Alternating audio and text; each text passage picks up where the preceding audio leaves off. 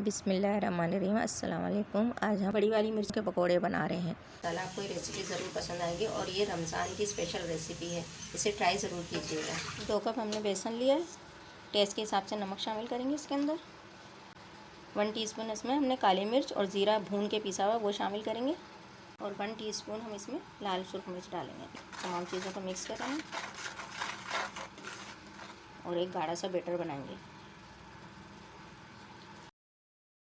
से बैटर तैयार हो चुका है। इसे हमें थोड़ा गाढ़ा ही रखना है क्योंकि हम कोटिंग करेंगे। ये हमने चाट मसाला लिया है और इसके अंदर हमने आमचूर का पाउडर डाला है 1/2 टीस्पून ना। इसको अच्छी तरह मिक्स कर लेंगे। बड़ी वाली मिर्चें ली हैं और इन्हें हमने बीच में से चाक कर लिया और थोड़े बीज निकाल दिए हैं। इसी तरह तमाम मिर्चों को हमने चाक करके बीज निकाल लिए। अब इसके अंदर हम मसाला भरेंगे।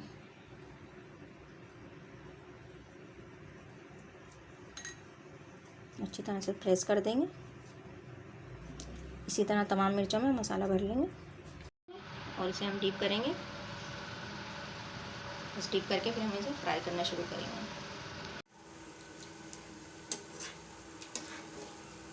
तैयार हो चुके हैं।